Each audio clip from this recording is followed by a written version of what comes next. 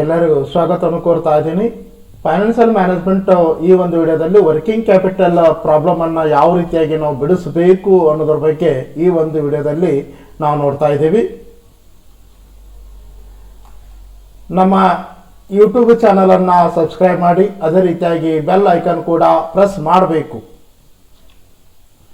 ಇಲ್ಲಿ ಪ್ರಾಬ್ಲಮ್ ಅನ್ನು ಏನು ಕೊಟ್ಟಿದ್ದಾನಂತಕ್ಕಂಥದ್ದನ್ನು ನಾವು ತಿಳ್ಕೊಳ್ಳೋಣ. ಪ್ರಾಬ್ಲಮ್ ಅನ್ನು ಏನು ಕೊಟ್ಟಾನ ಅನ್ನೋದನ್ನು ನೋಡೋಣ. From the following particulars to Sanvi Company Limited for the year ended 31st March 2023, calculate the working capital requirement. ಅಂದ್ರೆ ವರ್ಕಿಂಗ್ ಕ್ಯಾಪಿಟಲ್ ಅಮೌಂಟ್ ಅನ್ನ ಕ್ಯಾಲ್ಕುಲೇಷನ್ ಮಾಡಬೇಕು. ಸೇಲ್ಸ್ ಆಟ್ 3 months ಕ್ರೆಡಿಟ್ ಎಷ್ಟದಪ್ಪ ಅಂದ್ರೆ 15 lakh rupees ಅದ. ಕಾಸ್ಟ್ ಆಫ್ ರಾ ಮೆಟೀರಿಯಲ್ ಎಷ್ಟಿದೆ 6 lakh ಅದ. Wages paid 15 days delay ಅಂದ್ರೆ ಆ 15 days ಅನ್ನ ಡಿಲೇ ಮಾಡ್ಯಾರಂದ್ರೆ ಔಟ್ಸ್ಟ್ಯಾಂಡಿಂಗ್ ಎಕ್ಸ್ಪೆನ್ಸಸ್ ಆಗುತ್ತೆ 4,80,000. Manufacturing over head 1 month delay ₹6 lakh ಅಂದ್ರೆ ಇದು 1 year ಅದ, ಇದನ್ನು 1 month ಮಾಡ್ಕೋಬೇಕು. Administrative overhead 1 month delay ಅದ, ಅಂದ್ರೆ ಡಿಲೇ ಅಂದ್ರೆ ಲೇಟ್ ಆಗ್ಯದ ಅಂದ್ರೆ outstanding 2,40,000. Sales promotion expenses to be paid in advance ಅಂದ್ರೆ prepaid expenses, this is the current liability ₹50,000.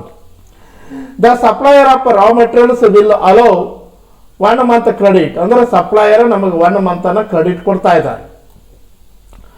Ra materials are held in stock for 2 months ಅಂದ್ರೆ raw material ಅನ್ನ purchase ಮಾಡಿ ನಾವು ಗುಡೌನ್ದಾಗ ಇರ್ತಕ್ಕಂಥದ್ದು ಎಷ್ಟು ತಿಂಗಳದ್ರಿ 2 months ಅದು. Finished goods are kept in where house waiting for sales 1.5 month ಅಂದ್ರೆ goods ಅನ್ನ ready ಮಾಡ್ತೀವಿ, ಓಕೆ, ಸೇಲ್ಸಿಗೆ ರೆಡಿ ಆಗಿರ್ತದೆ, ಆದ್ರೆ ಇನ್ನೂ ಗುಡವಂದಾಗ ಇಡ್ತಾ ಇದ್ದೀವಿ. ಎಷ್ಟು ಮಂತ್ ಇಡ್ತಾ ಇದ್ದೇವಪ್ಪ ಅಂದ್ರೆ 1.5 month. Cash balance to be maintained 50,000. ನಾವು ವರ್ಕಿಂಗ್ ಕ್ಯಾಪಿಟಲ್ ಒಳಗ ನಾರ್ಮಲ್ ಆಗಿ ಏನ್ ಮಾಡ್ಬೇಕಂದ್ರೆ ಕ್ಯಾಶ್ ಬ್ಯಾಲೆನ್ಸ್ ಅನ್ನ ಮೇಂಟೈನ್ ಮಾಡ್ಬೇಕಾಗತ್ತ. ಆ ಕ್ಯಾಶ್ ಬ್ಯಾಲೆನ್ಸ್ ಅನ್ನು ಎಷ್ಟು ಮೇಂಟೈನ್ ಮಾಡ್ಬೇಕು ಅನ್ನೋದನ್ನ ಕೊಟ್ಟಾನ. ಅಮೌಂಟ್ ಎಷ್ಟಾದ್ರೆ 50,000. ಓಕೆ, 10% ಮಾರ್ಜಿನ್ ಅದ. ಓಕೆ, ಕಾಂಟಿಜೆನ್ಸಿ ಸಂಬಂಧ ನಾವೇನ್ ಮಾಡಬೇಕಪ್ಪ ಅಂದ್ರೆ 10% ಮಾರ್ಜಿನ್ ಅನ್ನ ಕ್ರಿಯೇಟ್ ಮಾಡಬೇಕು. 10% ಕಾಂಟಿಜೆನ್ಸಿ ಫಂಡ್ ಅನ್ನ ಕ್ರಿಯೇಟ್ ಮಾಡಬೇಕು. ಕಾಂಟಿಜೆನ್ಸಿ ಅಂದ್ರೆ ಅನ್ಎಕ್ಸ್ಪೆಕ್ಟೆಡ್ ಇವೆಂಟ್ ಅಂದ್ರೆ ಮುಂದೆ ಏನ್ ಆಗ್ತದೋ ಬಿಡ್ತದೋ ಗುರ್ತಿಲ್ಲ, ಅಂದ್ರೆ ಎಕ್ಸಾಕ್ಟ್ ರಿಸಲ್ಟ್ ನಮಗ್ ಗುರ್ತಿರಂಗಿಲ್ಲ. ಮುಂದೆ ಏನ್ ಆಗಬಹುದು ಅನ್ನೋದು ನಮಗ್ ಗುರ್ತಿರುವುದಿಲ್ಲ, ಆದ್ರೂ ಕೆಲವೊಂದಿಷ್ಟು ಅಮೌಂಟ್ ಅನ್ನ ನಾವು ತೆಗೆದಿಡ್ಬೇಕಾಗ್ತದೆ. ಒಂದು ಎಕ್ಸಾಂಪಲ್ ನಾನು ನಿಮ್ಗೆ ಹೇಳ್ತೀನಿ. ಈಗ ನಾವು ಬಿಜಾಪುರಿಂದ ಹುಬ್ಳಿಗೆ ಹೊಂಟಿ ಅಂತ ತಿಳ್ಕೋರಿ. ಓಕೆ, ಬಸ್ ಚಾರ್ಜ್ ಎಷ್ಟಾದ್ರೆ ಒಂದು 300 rupees ಅದತ್ತ ತಿಳ್ಕೋರಿ. 300 + 300 ಅಂದ್ರೆ 600 rupees ಆಗತ್ತೆ. ಆ 600 rupees ಅನ್ನ ಅಷ್ಟೇ ನಾವು ಗಾಡಿ ಖರ್ಚು ನಾವು ತಗೊಂಡು ಹೋದೆವಪ್ಪ ಅಂದ್ರೆ ನಮಗೆ ಇನ್ನೂ ತರ ಬೇರೆ ಬೇರೆ ಎಕ್ಸ್ಪೆನ್ಸಸ್ಗಳು ಬರ್ಬೋದು. ಅಂದ್ರೆ ಆ ಎಕ್ಸ್ಪೆನ್ಸಸ್ಗಳು ಯಾವ ಅನ್ನೋದು ನಮಗೆ ಗುರ್ತಿರುವುದಿಲ್ಲ. ಅಂದ್ರೆ ಆ ಎಕ್ಸ್ಪೆನ್ಸಸ್ಗಳಿಗೆ ಕೆಲವೊಂದಿಷ್ಟು ಅಮೌಂಟ್ ಅನ್ನ ನಾವು ತೆಗೆದಿಡಬೇಕಾಗ್ತದ. ಆ ತೆಗೆದಿರ್ತಕ್ಕಂಥ ಅಮೌಂಟ್ಗೆ ನಾವೇನಂತ ಕರಿತಿರೋದಕ್ಕೆ ಕಾಂಟಿಜೆನ್ಸಿ ಫಂಡ್ ಅಂತ ಕರಿತಾ ಇದ್ದೀವಿ. ಓಕೆ, ಆಮೇಲೆ ಗ್ರಾಸ್ ಪ್ರಾಫಿಟ್ ಎಷ್ಟು ಪರ್ಸೆಂಟ್ ಅದಂದ್ರೆ 20% ಆನ್ ಸೇಲ್ಸ್ ಅದು. ಗ್ರಾಸ್ ಪ್ರಾಫಿಟ್ ಪರ್ಸೆಂಟೇಜ್ ಎಷ್ಟಾದ್ರಿ 20% ಆನ್ ಸೇಲ್ಸ್ ಅದು. ಈಗ ಪ್ರಾಬ್ಲಮ್ ಅನ್ನ ಸಾಲ್ವ್ ಮಾಡೋಣ.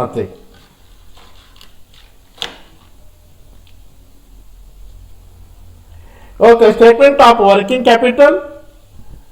ಓಕೆ, ಇಲ್ಲಿ ವರ್ಕಿಂಗ್ ಕ್ಯಾಪಿಟಲ್ ಅನ್ನು ನಾವು ಕಂಡುಹಿಡಿಬೇಕಾಗಿತ್ತು ಅಂದ್ರೆ current assets minus current liabilities ಅನ್ನ ಮಾಡಬೇಕು. ಎಲ್ಲ ಕರೆಂಟ್ ಅಸೆಟ್ಸ್ ಗಳನ್ನ ತಗೋಬೇಕು. ಆ ಕರೆಂಟ್ ಅಸೆಟ್ಸ್ ಅನ್ನ ತಗೊಂಡ ನಂತರ ಕರೆಂಟ್ ಲಯಬಿಲಿಟೀಸ್ ಅನ್ನ ಏನ್ ಮಾಡ್ಬೇಕ್ರಿ ಲೆಸ್ ಮಾಡಬೇಕು. ಲೆಸ್ ಮಾಡಿದ ನಂತರ ನಮಗೆ ಸಿಗ್ತಕ್ಕಂಥದ್ದು ಯಾವ್ದ್ರದು ವರ್ಕಿಂಗ್ ಕ್ಯಾಪಿಟಲ್. ಈಗ ಮೊದಲಿಗೆ ಏನ್ ಮಾಡೋಣ ಅಂದ್ರೆ ಕರೆಂಟ್ ಅಸೆಟ್ಸ್ ಅನ್ನ ತಗೊಳ್ಳೋಣ. Current assets, raw materials in stock. ಯಾಕಂದ್ರೆ ನಮ್ಮ ಕಡೆ ರಾ ಮೆಟೀರಿಯಲ್ ಅದಂದ್ರೆ ಅದು ಕರೆಂಟ್ ಅಸೆಟ್ ಆಗತ್ತ. ರಾ ಮೆಟೀರಿಯಲ್ ಕಾಸ್ಟ್ ಎಷ್ಟದಪ್ಪ ಅಂದ್ರೆ 6 lakh rupees ಅದ. ಓಕೆ, ರಾ ಮೆಟೀರಿಯಲ್ ಕಾಸ್ಟ್ ಎಷ್ಟದ್ರಿ 6 lakh rupees ಅದ. ಆದ್ರೆ ರಾ ಮೆಟೀರಿಯಲ್ಸ್ ಎಷ್ಟು ತಿಂಗಳು ಇರ್ತದಂತ ಅಂದ್ರವ raw materials are held in stock for 2 months ಅಂತ ಹೇಳಿದಾನ. ನೋಡ್ರಿ ಇಲ್ಲಿ ಏನ್ ಹೇಳಿದಾನ, raw materials are held in stock for 2 months ಅಂತ ಹೇಳಿದಾನ. ಅಂದ್ರೆ ರಾ ಮೆಟೀರಿಯಲ್ ನಾವು ಟೋಟಲ್ ಆಗಿ 1 year ಪರ್ಚೇಸ್ ಮಾಡ್ತಕ್ಕಂಥ ರಾ ಮೆಟೀರಿಯಲ್ ಕಾಸ್ಟ್ ಎಷ್ಟಾದ್ರೆ 6 lakh rupees ಅದ. ಆ 6 lakh rupees 1 year ಆಯ್ತು. ಆದ್ರೆ ರಾ ಮೆಟೀರಿಯಲ್ ಅನ್ನ ನಾವು ಪರ್ಚೇಸ್ ಮಾಡಿ ನಮಗ್ ಕೂಡ ಬಂದಾಗ ನಮಗೂ ಕೂಡ ಒಂದಾಗ ಇಟ್ಕೊಳ್ತಾ ಇದ್ದೀವಿ. ಆ ಇಟ್ಕೊಳ್ತಕ್ಕಂಥ ಸ್ಟಾಕ್ ಎಷ್ಟು ಮಂತ್ ಇದ್ರೆ ಅದು 2 months ಇರ್ತದೆ. ಅಂದ್ರೆ ರಾ ಮಟೀರಿಯಲ್ ಪರ್ಚೇಸ್ ಮಾಡಿದ ನಂತರ ಇಮಿಡಿಯೇಟ್ ಆಗಿ ನಾವು ಫ್ಯಾಕ್ಟ್ರಿಗೆ ಹೋಗಂಗಿಲ್ಲ. ಆ ಫ್ಯಾಕ್ಟ್ರಿಗೆ ಹೋಗ್ಬೇಕಾದ್ರೆ ಇನ್ನೂ 2 ತಿಂಗಳು ನಮ್ಗೆ ಗುಡಾವನ್ದಾಗ ಇರ್ತದ. ಅದು ಕೂಡ ಏನಾಗತ್ತೆ ಅಂದ್ರೆ ಕರೆಂಟ್ ಸ್ಟಾಕ್ ಆಗತ್ತೆ, ಅಂದ್ರೆ ಕರೆಂಟ್ ಅಸೆಟ್ ಆಗತ್ತೆ. ಅಂದ್ರೆ 6 lakh rupees divided by 12 months into 2 months. ಅಂದ್ರೆ 6 lakh rupees 12 months ಆದ್ರೆ 2 months ಎಷ್ಟಾಗತ್ರಿ?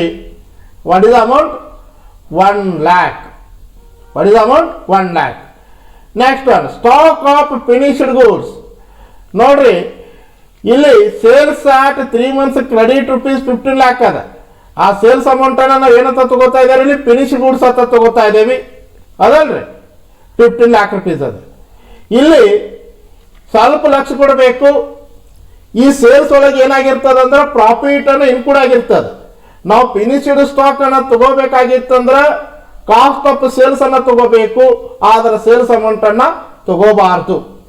ಇಲ್ಲಿ 15 lakh rupees ಏನದಂದ್ರೆ ಸೇಲ್ಸ್ ಅಮೌಂಟ್ ಅದ 15 lakh rupees ಅನ್ನ. ಓಕೆ, ಇದ್ರೊಳಗೆ ಪ್ರಾಫಿಟ್ ಇನ್ಕ್ಲೂಡ್ ಆಗ್ಯದ. ಎಷ್ಟು ಪ್ರಾಫಿಟ್ ಇನ್ಕ್ಲೂಡ್ ಆಗ್ಯದ್ರಿ? 20% ಪ್ರಾಫಿಟ್ ಇನ್ಕ್ಲೂಡ್ ಆಗ್ಯದ.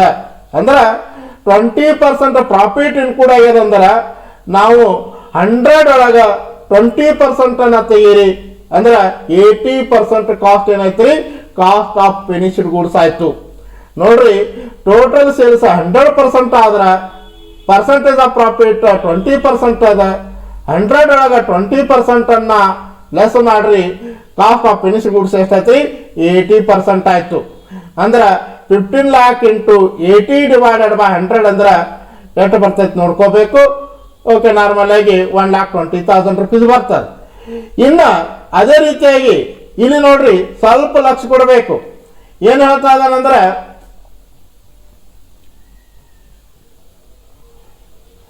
Finished goods are kept. Finished goods are kept in warehouse awaiting for sales 1.5 months. ಅಂದ್ರೆ 1.5 months ಏನಾಗ್ತದಪ್ಪ ಅಂದ್ರೆ ಗುಡಾವಣದಾಗ ಇರ್ತದ, ವೇರ್ ಹೌಸ್ನಾಗೆ ಇರ್ತದ. ಈಗ ನಾವು ಫಿನಿಶ್ಡ್ ಗೂಡ್ಸ್ ಆಗಿ ರೆಡಿ ಮಾಡ್ತೀವಿ, ಒಮ್ಮೆಲೆ ಸೇಲ್ ಆಗುದಿಲ್ಲ. ಓಕೆ, ಸ್ವಲ್ಪ ಟೈಮ್ ತಗೋತದ. ಅಲ್ಲಿ ವೇರ್ ಹೌಸ್ನಾಗೆ ಗೂಡ್ಸ್ಗಳನ್ನ ಕ್ಯಾಪ್ಟ್ ಮಾಡ್ಯಾರ 1.5 months. 1.5 months ಅಂದ್ರೆ 1.5. 1.5 months ಅಂದ್ರೆ 1.5 ಅಂದ್ರೆ 15 lakh into 80 divided by 100 ಅಂದ್ರೆ 12 lakh rupees ಬಂತು. ಇಂಟು 1.5 ಡಿವೈಡೆಡ್ ಬೈ 12 months ಅಂದ್ರೆ 12 lakh ಡಿವೈಡೆಡ್ ಅಂದ್ರೆ 12 lakh rupees ಏನಂದ್ರೆ 12 months ಆಯ್ತು. 1.5 months ಎಷ್ಟು ಹಾಕೋದು ನೋಡ್ಕೋಬೇಕು. ಓಕೆ, ಡೈರೆಕ್ಟ್ ಮಾಡಿದ್ದೆ ನಾನು. ನೋಡ್ರಿ 1.5 ನೋಡ್ರಿ, ನಮ್ ತಿಳ್ಕೋರಿ. ಸೇಲ್ಸ್ ಎಷ್ಟು ಅದ್ರ 15 lakh ಅದ. ಸೇಲ್ಸ್ ಒಳಗ 100% ಇರ್ತದ. 100% ಒಳಗ ಗ್ರಾಸ್ ಪ್ರಾಫಿಟ್ 20% ಅನ್ನ ಲೆಸ್ ಮಾಡ್ರಿ, ಎಷ್ಟು ಬರ್ತಾರೆ ಅಮೌಂಟ್? 80% ಬಂತು. ಇನ್ನ ಫಿನಿಶ್ಡ್ ಗೂಡ್ಸ್ ಗುಡಾವಣದಾಗ ಇರ್ತಕ್ಕಂಥದ್ದು, ವೇರ್ ಹೌಸ್ನಾಗ ಇರ್ತಕ್ಕಂಥದ್ದು 1.5 months ಇರ್ತದೆ ಗುಡಾವಣದಾಗ. ಓಕೆ, ಅದು ಅಷ್ಟೇ ನಮ್ಮ ಕರೆಂಟ್ ಸ್ಟಾಕ್, ಅದು ಅಷ್ಟೇ ನಮ್ಮ current asset. 1.5 months divided by 12 months ಅಂದ್ರೆ ಎಷ್ಟು ಬರ್ತಾರೆ ಆನ್ಸರ್? 1,50,000. ಇನ್ನ ಡೆಟರ್ಸ್ ಸೇಲ್ಸ್ ಎಷ್ಟಾದ್ರಿ? 15 lakh rupees ಅದ. ಹೇಳ್ಬಿಟ್ಟು ಕ್ಲಿಯರ್ ಆಗ್ಯಾವ. Sales at 3 months credit rupees 15 lakh ಅಂತ ಹೇಳ್ಬಿಟ್ಟಾನ. ಅಂದ್ರ ನೋಡ್ರಿ, ಕ್ಲಿಯರ್ ಆಗಿ ಹೇಳ್ಬಿಟ್ಟಾನ 3 months ಅಷ್ಟೇ ಕ್ರೆಡಿಟ್ ಅದ, 3 months ಅಷ್ಟೇ ನಾವು ಡೆಟರ್ಸ್ ಕಡೆಯಿಂದ ಅಮೌಂಟ್ ಅನ್ನ ಬರಬೇಕು. ಇದರ ಅರ್ಥ ಮೊದಲು ತಿಳ್ಕೋಬೇಕು. ಏನು sales at 3 months on credit ಅಂದ್ರ ಗೂಡ್ಸ್ಗಳನ್ನ ಇವತ್ತು ನಾವು ಮಾರಾಟ ಮಾಡ್ತೇವಿ, ಕಸ್ಟಮರ್ಗೆ ಕ್ರೆಡಿಟ್ ಬೇಸಿಸ್ ಮೇಲೆ ಮಾರಾಟ ಮಾಡ್ತಾ ಇದ್ದೇವೆ. ಗೂಡ್ಸ್ಗಳನ್ನ ಮಾರಾಟ ಮಾಡಿದ ನಂತರ ಅವ್ರ ಕಡೆಯಿಂದ ನಮಗೆ ಕ್ಯಾಶ್ ಬರಬೇಕಾದ್ರೆ 3 months ಬೇಕು. ಅಂದ್ರೆ ಕಸ್ಟಮರ್ ಕಡೆಯಿಂದ, ಕಸ್ಟಮರ್ ವತಿಯಿಂದ ನಮಗೆ ಬರಬೇಕಾದಂತ ಕ್ಯಾಶ್ ಏನಾಗಟ್ರಿ ಇನ್ನ 3 months ಬಾಕಿ ಅದ, ಅದು ಡೆಟರ್ಸ್. ಓಕೆ, ಅಂದ್ರೆ 15 lakh rupees 12 months ಆದ್ರ 3 months ಎಷ್ಟಾಗತ್ರಿ? 3,75,000. ನೋಡ್ರಿ, 15 lakh into 3 divided by 12. Okay, what is amount? Debtors amount ಎಷ್ಟು ಬರಬೇಕ್ರಿ? 3,75,000. ಇನ್ನ ಸೇಲ್ಸ್ ಪ್ರಮೋಷನ್ ಎಕ್ಸ್ಪೆನ್ಸಸ್ ನೋಡ್ರಿ, ಕ್ಲಿಯರ್ ಆಗಿ ಹೇಳ್ಬಿಟ್ಟಾನ. Sales promotion expenses to be paid in advance. Paid in advance ಅಂದ್ರೆ ಮೊದಲೇ ಕೊಟ್ಬಿಟ್ಟಾನವ. ಮೊದಲೇ ಎಕ್ಸ್ಪೆನ್ಸಸ್ಗಳನ್ನ ಎಕ್ಸ್ಪೆಂಡಿಚರ್ ಆಗಿಲ್ಲ, ಇನ್ನೂ ವರ್ಕ್ ಮಾಡಿಲ್ಲ, ಆದರೂ ಅಡ್ವಾನ್ಸ್ ಅಮೌಂಟನ್ನು ಕೊಟ್ಟು ಬಂದಾನ ಅಂದ್ರೆ ಅದು ನಮಗೇನಾಗತ್ತೆ ಅಂದ್ರೆ ಕರೆಂಟ್ ಅಸೆಟ್ ಆಗತ್ತೆ. ಈಗ ನಾವು ಟಿವಿ ರಿಪೇರ್ ಮಾಡಿಸ್ಬೇಕಾಗತ್ತೆ, ಆ ಟಿವಿ ರಿಪೇರಿನ ಮಾಡಿಲ್ಲ, ಆದ್ರೆ ಟಿವಿ ರಿಪೇರ್ ಮಾಡೋನಿಗೆ ಅಡ್ವಾನ್ಸ್ ಕೊಟ್ಟು ಬಂದ್ಬಿಡ್ತೀವಿ, ಅದು ನಮಗೇನಾಗತ್ತೆ ಅಸೆಟ್ ಆಗತ್ತೆ. ಯಾಕೆ ಅಸೆಟ್ ಆಗತ್ತೆ ಅಂದ್ರೆ ನಾಳೆ ಟಿವಿ ರಿಪೇರ್ ಮಾಡಿಲ್ಲ ಅಂದ್ರೆ ಅದನ್ನ ದುಡ್ಡು ನಮಗೆ ವಾಪಸ್ ಕೊಡಬೇಕು, ಆದ್ದರಿಂದ ಅದು ಕರೆಂಟ್ ಅಸೆಟ್ ಆಗತ್ತೆ. ಓಕೆ, ಇಲ್ಲಿ ಸೇಲ್ಸ್ ಪ್ರಮೋಷನ್ ಎಕ್ಸ್ಪೆನ್ಸಸ್ ಎಷ್ಟಾದ್ರೆ 50,000 rupees ಅದು ಗೊತ್ತಾಯ್ತ್ರಿ. Next one minimum cash balance ಹೇಳ್ಬಿಟ್ಟ, ನಾವು ಕ್ಲಿಯರ್ ಆಗಿ ಹೇಳ್ಬಿಟ್ಟ ಮಿನಿಮಮ್ ಕ್ಯಾಶ್ ಬ್ಯಾಲೆನ್ಸ್ ಎಷ್ಟು ಮೇಂಟೈನ್ ಮಾಡ್ಬೇಕ್ರಿ, ವರ್ಕಿಂಗ್ ಕ್ಯಾಪಿಟಲ್ದಾಗ 50,000 rupees ಅನ್ನ ಹೇಳ್ಯಾನ. Cash balance to be maintained ₹50,000. ಯಾಕಂದ್ರೆ ಮಿನಿಮಮ್ ಕ್ಯಾಶ್ ಬ್ಯಾಲೆನ್ಸ್ ನಾವು ವರ್ಕಿಂಗ್ ಕ್ಯಾಪಿಟಲ್ದಾಗ ತಗೊಳ್ಳೇಬೇಕಾಗ್ತದ. ಒಂದೇ ಪ್ರಾಬ್ಲಮ್ದಾಗ ಕೊಟ್ರೆ ತಗೋರಿ, ಕೊಡ್ಲಿಲ್ಲ ಅಂದ್ರೆ ಬಿಟ್ಟು ಬಿಡ್ರಿ.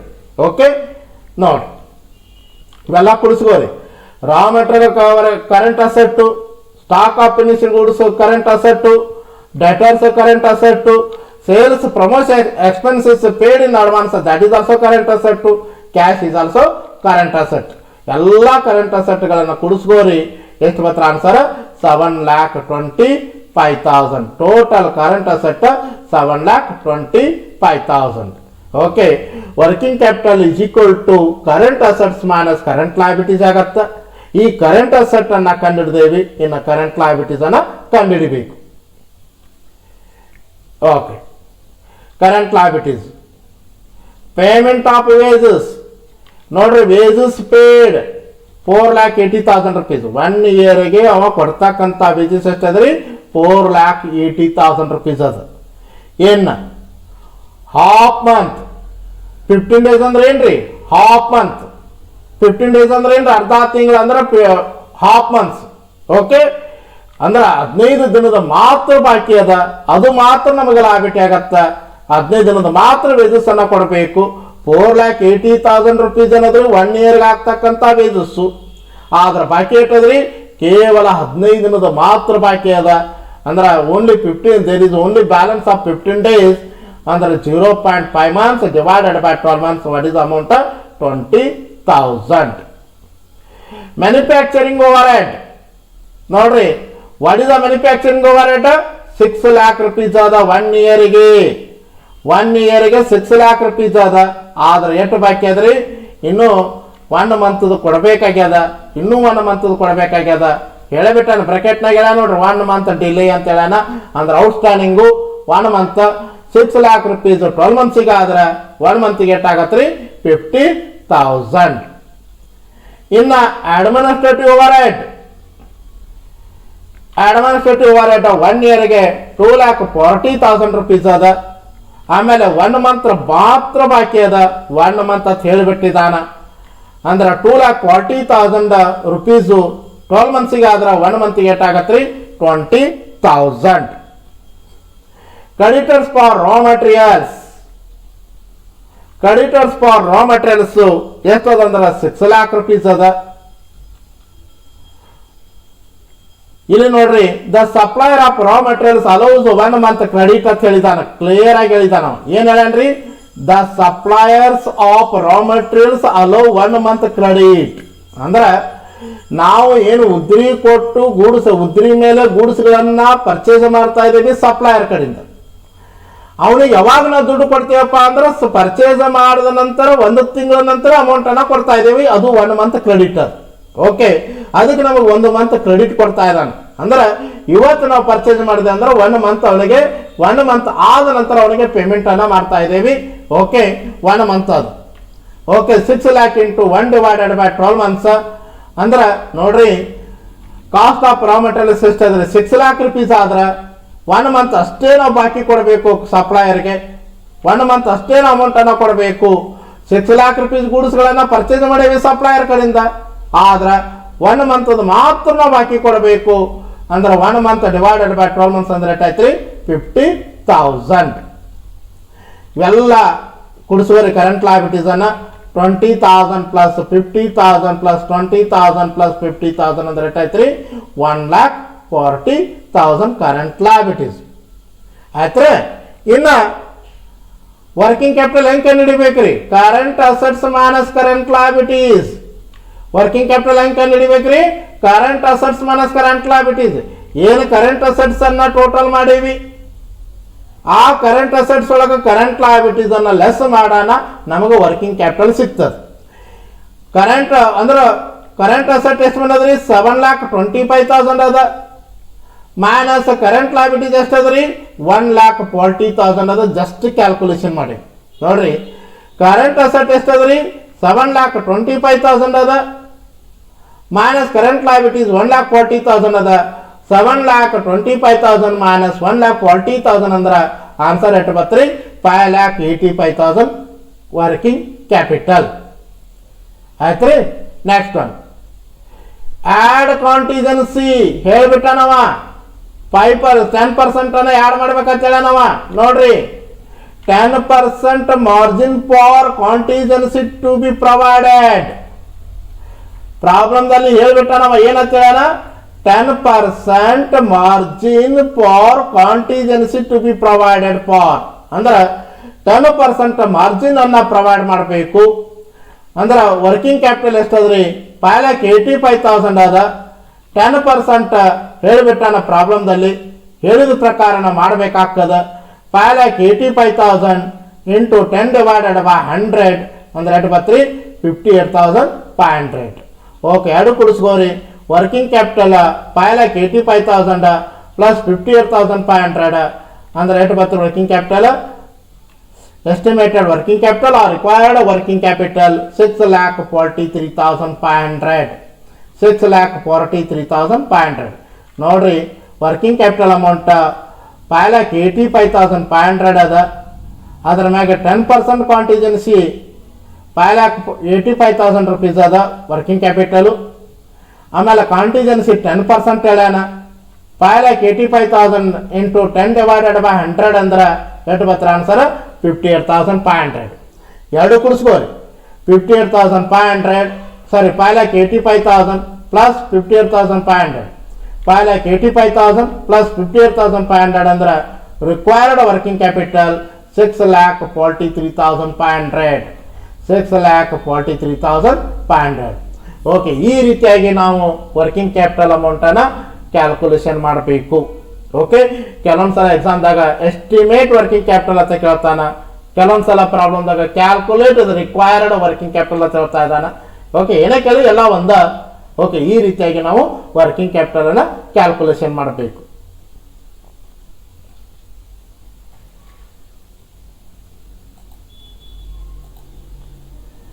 ದಯವಿಟ್ಟು ಈ ವಿಡಿಯೋನ ಲೈಕ್ ಮಾಡಿ, ಶೇರ್ ಮಾಡಿ, ನಿಮ್ಮ ಅಭಿಪ್ರಾಯಗಳನ್ನು ಕೆಳಗಡೆ ಕೊಟ್ಟಿರ್ತಕ್ಕಂಥ ಕಮೆಂಟ್ ಬಾಕ್ಸ್ನಲ್ಲಿ ಬರೀಬೇಕಂತ ಹೇಳಿ ಕೇಳ್ಕೊತಾ ಇದ್ದೀನಿ.